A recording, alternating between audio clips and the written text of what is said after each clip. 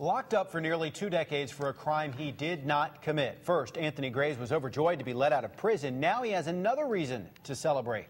2 words kept Anthony Graves from more than $1 million. He could not claim that money because his court documents didn't contain the words actual innocence. Now, the state legislature and the governor stepped in to right that wrong. Now Graves is once again experiencing true justice. Eyewitness News reporter Sonia Azad is live near downtown Houston, where Graves is speaking out about his experiences. Sonia. Well, Adela, after 18 years of wrongful imprisonment, Anthony Graves is free. He will be compensated for his time spent behind bars, and he is breaking his silence about the death penalty around the world. I was on the inside. To outsiders, it may seem Anthony Graves has endured a lot of waiting. To him, that's not the case. I've been fighting for 18 years, so I've never had the opportunity to wait.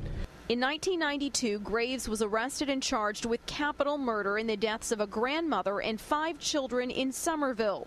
Murders he didn't commit. I went from home to death row. Graves would wake up each day on death row and do at least one thing to help his case. Even after his exoneration, his fight continued. This week, Governor Rick Perry signed a law allowing him to collect $1.4 million, even though his exoneration order failed to use the words actual innocence.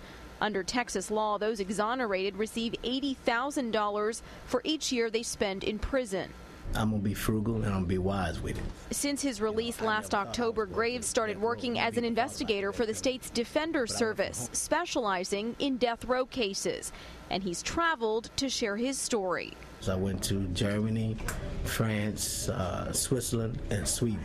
And I went over there on a speaking tour. They say death row, we say hell no. At a community victory party for Graves at Shape Community Center, anti-death penalty activists celebrated his release and his return to society, something 45-year-old Graves admits he's still getting used to.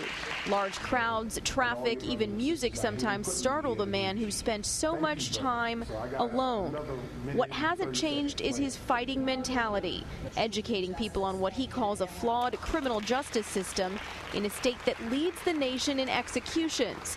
It's a fight, he says, that gives him a sense of purpose. The very system that almost took my life for something I didn't do still exists, and there's no outrage.